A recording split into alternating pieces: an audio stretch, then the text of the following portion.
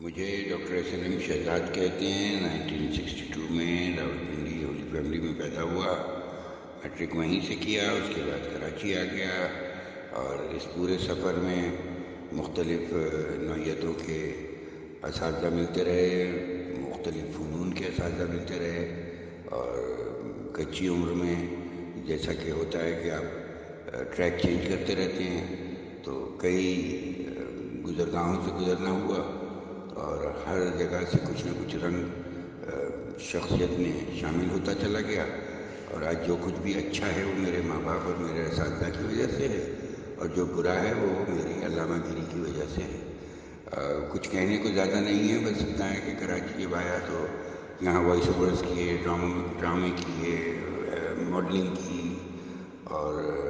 P L C اے، P S C سی اور arts council میں مختلف حیثیتوں سے کام کرتا رہا۔ آخر میں پھر ایک drama school the school of dramatic arts کے نام سے کھولا، جو چلایا، اور اس میں سے کافی لڑکے لڑکیاں نکل کے آئے جو کراچی شہر میں اس وقت بہت بڑا نام بنے ہوئے ہیں۔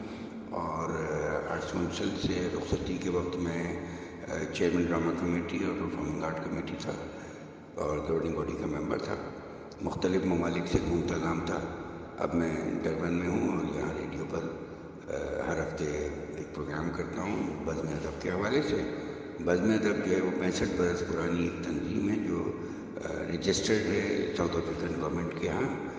جس کی بنیاد جو صاحب کے بھتیجے اور ان کے ساتھیوں نے رکھی تھی۔ میں اس بزم ادب میں جو ہے وہ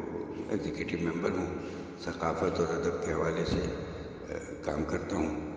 بس اتنا سا میرا تعارف ہے۔